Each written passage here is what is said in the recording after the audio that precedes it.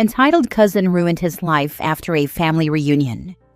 My 31 male, cousin 30 male, who I'll call Jake, has always considered himself the favorite of all the grandkids because of how our grandparents would always do stuff specifically with him. The real reason why they only spend time with him is because he lives 5 minutes from them, whereas the rest of us live in different states, me being the furthest at a 13-hour car ride. None of us know where this entitlement comes from. Even Jake's parents have called him out on his behavior, but it doesn't change. So, to the story. My grandma passed away 10 years ago, and my grandpa's getting up in age, 92, but is still amazingly healthy despite it all. My dad, aunts, and uncles were having some discussions with him leading up to the summer family reunion regarding future funeral costs, making sure his will was up to date, insurance, etc. We got to the reunion this past August, and all was going well, until Jake made a comment about how he's totally getting the house and Grandpa's refurbished cars. My grandpa rebuilds old cars with my uncle, Jake's dad. We all ignored him like usual, which seemed to upset him. So he decided to prove it to us and asked Grandpa directly about the will. Grandpa gathered all 9 of the grandkids together and told us that his major assets, the house and cars, would be sold and divided equally among all of us grandkids. Jake lost his mind because despite years of being told that Grandpa loves all his grandchildren equally, he still believed he was the favorite and would therefore get most of the inheritance. It got even worse when he realized this included our step-cousin Erin, 25 female, who despite being in the family since she was 12, wasn't even a real grandkid. TLDR, this devolved into literally the entire family ganging up on Jake, hurling all kinds of insults at him for the things he said. The reason I'm writing about this now is that I just got off the phone with another cousin an hour ago, who told me that Jake was arrested last night for trying to steal one of our grandpa's cars. But since he never once actually helped with those things, the idiot tried to steal one that didn't even work yet. From what I've heard, Jake is currently sitting in a jail cell with his parents refusing to bail him out, and my grandpa has a meeting with his attorney on Thursday to remove Jake from the will. Sorry if this was all over the place, but this is the basic gist of the drama currently taking place in my family. Edit. Just to clarify, Grandpa had discussed this in advance with all of his kids, my dad, aunts, and uncles. And since everyone is well established in life, they were happy to let the money from the house and car sales go to the grandkids. Everyone will still be getting sentimental items too, of course. Edit 2. None of us know why or where Jake gets his ego from. He's a college graduate, had a great job working for a local mining company. His parents are honestly my favorite aunt and uncle to hang out with. He doesn't do drugs, and he's the kind of guy to nurse a single beer for an hour and call it a night. Now for the top comments. Guess Jake isn't the favorite anymore. What a doofus.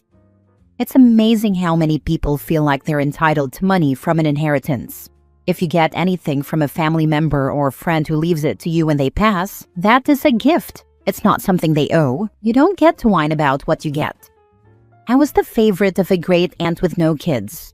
Got nothing. It all went to her brothers and sisters. I didn't care. Was just sad she was gone. When my grandmother died, she had arranged to give $1,000 to each of the grandkids. One of my uncles threw a tantrum because 2 of the cousins were conceived by my uncle in a sperm donor situation. So Tantrum Uncle tried claiming that they didn't count as family. What a freaking turd, burning bridges over $2,000. My mom is one of 8. My grandfather used to own a steel company in southern Indiana. Before my grandmother passed, there were already sticky notes on the back of all the furniture claiming it. So freaking morbid in my opinion. I live in Metro Atlanta, and all I got was my grandma's old dried-up paints, whereas my cousins who live in southern Indiana got full bedroom and dining room sets that they later sold. At least I never have to see those people again until someone dies. See, my grandma did the post-it thing herself. She would walk around her condo with you and ask you your top 5 choices ranked. And then once everyone had done that, she'd figure out the first round objects. And if people's first choices were uncontested, she'd move to second choices. Or on everyone's next visit, you'd do the second round of this. There were some things that she wanted to pass down in a particular way, like the oldest's oldest or the youngest's youngest, and larger pieces of furniture were prioritized for the people who would actually hold on to them and use them. It's why I have 2 bookcases and the corner cabinet that goes with them, an old buffet used as a console table, a dining room set, and a coffee table. One of my sisters has our other grandma's dining room set, and no plans to ever sell it, just to reupholster the chairs when she can pick a fabric. Next story. Am I the a-hole for giving my stepdaughter a reality check? My husband and I are in our late 30s and early 40s. He has a kid from a previous relationship, who I'll call Abby. She's 16 turning 17 and pregnant. From my understanding of the whole situation, it's her boyfriend's 18 and in college, and he's refusing to answer her calls. She wants to keep the baby, but thinks everyone is going to bend over backwards to help her do so. Everyone has told her multiple times that they aren't going to help her, and that she will be on her own. Abby and I have a decent relationship. I met her about 3 years ago when she was 14, and we have a civil relationship. She has a mom, so I'm just dad's wife to her mainly. Recently, she's been getting closer to me and trying to talk to me more, which was weird because normally when she does that, she wants something. After about a week, she got tired and told me what she wanted. She wants me to watch her baby during the day while she's in school. I told her no, as I have my own 2 kids to watch, twins. She got upset and said she doesn't understand why, when I had my kids, people offered to help and did things for me. And now that she's pregnant, no one wants to help her and is making her do everything herself. I explained to her that my kids were rainbow babies and that a lot of people knew we struggled with fertility and that her dad and I are adults. We had a plan, money, and a happy home for our kids, and she has none of that. I explained that nobody is going to help her because she got herself into this situation, and she's going to have to act like an adult if she wants to keep her baby. She kept screaming and saying things about how it's unfair and that we need to support her, that she needs help, and a lot of other stuff. I told her to go to someone else because no one in her family is going to help her. She got mad and kept yelling about the same thing. I told her to leave me alone, and she didn't. She kept talking about how her life is falling apart, how this pregnancy is making her parents and friends distant, and how it's not fair. I eventually got tired of her and told her that her mom thinks she's a disappointment and that no one has to help her because she got herself into this. I said if she wants help, she should ask the father, and if she can't ask him, then ask his family or someone else, because no one is going to help her the way she expects them to. She got mad and told her dad what I said. He got upset and said that it was too far, and even if I'm right, I shouldn't have said that. So, am I the a-hole? Note, she has a late birthday, so that's why it's a 16 to 18 age gap. She turns 17 in November. The reason I told her what her mom thinks is because she was complaining about how her mom doesn't want her at the house, and yes, her mom has told her before that she is a disappointment. Edit. A lot of you are under the assumption that no one told her the options. They have, multiple times. She is choosing to keep this baby. Her dad and I told her that if she wants this kid, she'll need to get a job, and we told her how much it will cost to raise that child. She just says, okay, and moves on. Another thing is we, her parents, do not know where the boyfriend's parents are. They have moved as they no longer feel the need to live in the school district. The boy's over 14 hours away at college, and it seems the only way to contact him is to see him, and neither I nor her dad is driving 14 hours away. Seems like her father needs to contact the college student's parents, get lawyers involved for child support. He can get a job. He shouldn't get off scot-free. He shouldn't slip away, but the point of this post is how stepmom reacted. Being a teenage single parent is a hard life and she will need help. The way this reads is that no one wants her around, which is messed up to do to a scared kid. Daughter might be a doofus, but she also needs compassion and may be steered towards resources that can or will help her. Is she assuming she's had an easy stroll? Yes. Does she deserve a nasty reality check? Yes. Should dad and stepmom have a little compassion? Also yes. Refusing to take care of her child while she's at school is entirely within your rights. Helping her find daycare should be your concern as an adult. Telling her that you deserve help because your babies were wanted and her isn't is literally telling her that her baby is worth less than yours. You can be certain that's how she heard it. This was my takeaway too. I get not everyone is able to help, but to say my babies deserve a village and yours don't is actually a pretty vile perspective. That's what bothers me. She doesn't have to watch the kid, but she seems to want this girl to suffer. She is a pregnant teenager. She is going to suffer enough. They need to at least point her in the direction of help, especially if they are so unwilling. For someone who claims to have struggled with fertility and should understand how hard having a baby is under the best of circumstances, she is pretty damned callous. Next story. Am I the a-hole because I won't make sure my half-sister is safe even though I know she's being reckless? My dad got another woman pregnant when he and my mom were expecting me. I'm 16 male and his and my mom's only kid. Emmy, 16 female, is the other woman, aka his now wife's baby. When my mom ended their marriage, my dad chose Emmy and her mom, and really didn't play a hugely active role in my life afterward. I'm pretty sure he went to jail for failing to pay child support, but my mom has never confirmed if that's true or not. There was talk at school about it, which is how I know. My dad has other kids with Emmy's mom, but this post is about Emmy. We don't like each other. I don't care about her. I never acknowledge that we're related, and I say I'm an only child when asked by people. I say I only have a mom too, because most of my life that has been true. Last year, my dad started fighting for visitation and making me go to his house more. I spent 3 overnights a month at his place, but I haven't bonded with his family, and I still don't like Emmy, and she still doesn't like me. She's jealous that I'm Dad's only son, and she believes is why he started wanting to know me again last year. I can't stand the way she talks about my mom, and I've insulted her mom right back. When I was younger, I hated her for having Dad though. Like, I really hated her. It's not about him anymore though, and I just hate her for calling my mom a whore for dating and implying she's easy and sleeps with anyone, when her mom's the one who slept with a married guy.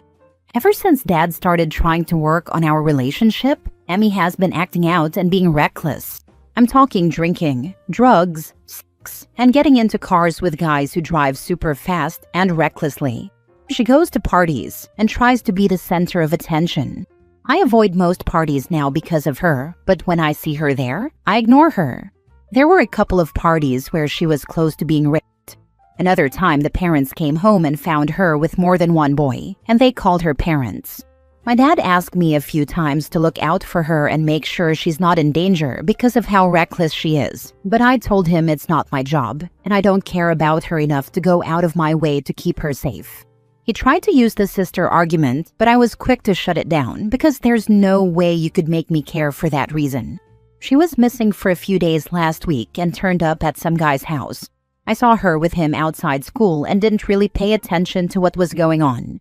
It pissed my dad off, and he showed up at my mom's house to yell at me. I didn't care. He might have snapped enough to call time on me being at his house, which would be better for everyone. Emmy didn't come back to school after that, and I don't know if she was found okay or if something happened, and I really don't care. Which made me wonder if that's a little evil. Since, related or not, I have known her basically my whole life. Am I the a-hole? Not the a-hole. You are 16 years old, and it is not your job to look after another 16-year-old. Clearly, she is a troubled kid who needs professional help. Please save any evidence of your father yelling at you for your sister's behavior. Use that documentation to stay with your mom. A POS father demanding a minor act more responsibly than him, LOL. Not the a-hole. At the end of the day, it's not your job to look out for your dad's daughter. He's the father. He's the adult. It's his job. Honestly, had you actually had a relationship with his daughter, it would be different. But y'all have no relationship at all. And whenever y'all around each other, obviously y'all don't like each other, so I don't understand why he thinks you should be looking out for her. If he knows she's having troubles, issues, acting out, then him and her mother need to be the ones taking steps to make sure she's safe, or getting her the help she needs. Honestly, I wouldn't want to help her either if she was running her mouth about my mom like she does yours. I almost want to say she's just acting out, because she's butthurt that she doesn't have your dad all to herself anymore. This all started when Dad was first trying to fix his relationship with me. So I think it is related, but not about not having him all to herself, but sharing him with me specifically, even though I never wanted him. Sounds like a quick enough fix then. It all started with that. I hope your dad gives up on chasing you. It's ironic that she's behaving exactly like she says your mom does. The girl has a long shopping list of issues. Tell your dad you're going to do one thing to look out for her. Tell him to get her help. Because obviously he's being just a crappier father to her than he's been to you. And he wasn't even around for you at all. You're not the a-hole. You're not her keeper. Last story. Am I the a-hole for refusing to attend my dad's redo wedding to his affair partner? My 27 female parents divorced 2 years ago after my dad, 52 male, had an affair with his now fiancée 38 female. It completely destroyed my mom, who was blindsided. She and my dad had been married for almost 25 years, and she genuinely thought they were growing old together. When the affair came out, she spiraled, moved in with my aunt for a while, started therapy, and has slowly been trying to rebuild her life. Now my dad is getting remarried. Last week, I received a formal invitation in the mail. The envelope had family only, written in gold ink, as if that somehow made it more meaningful. Then he called and said, "I'd love for you to walk me down the aisle this time, since I'm the one starting over." That line made my stomach turn. He wants me to help him celebrate the woman who broke my mother's heart and the marriage that shaped my entire childhood. I told him, as calmly as I could, that I won't be attending a wedding that celebrates the person who blew up our family. He got defensive and said I was punishing him for finding happiness, that I needed to move on like he did. My siblings are split. One plans to go because they don't want more drama, while the other refuses for the same reasons I do. I love my dad, and part of me misses the closeness we once had, but this just feels wrong. Attending feels like betraying my mom, who still cries sometimes when his name comes up. I told him I hope he's happy, but I can't play the part of supportive daughter in this story. He hasn't spoken to me since. Am I the a-hole for refusing to go to his redo wedding? Actions have consequences. You don't owe attendance at a wedding built on betrayal. He's confusing your lack of participation with punishment. It's actually self-respect. I know a lot of people say when you cheat on your spouse, it doesn't involve the kids. That you didn't cheat on them, but I truly believe this is wrong. When you cheat, you are cheating on your wife and kids. You are blowing up your entire family and their lives. Not the a-hole. He cheated on his wife and also on his kids, in my opinion. Please do not attend this wedding. Please spend the day doing useful, positive, beautiful, fun activities with the good people of and in your life. Of course, there will be upset people wanting to inflict consequences or question you regardless of what you choose. So make sure your choice is something you can explain and feel good about. Your mom and you are not the a-holes.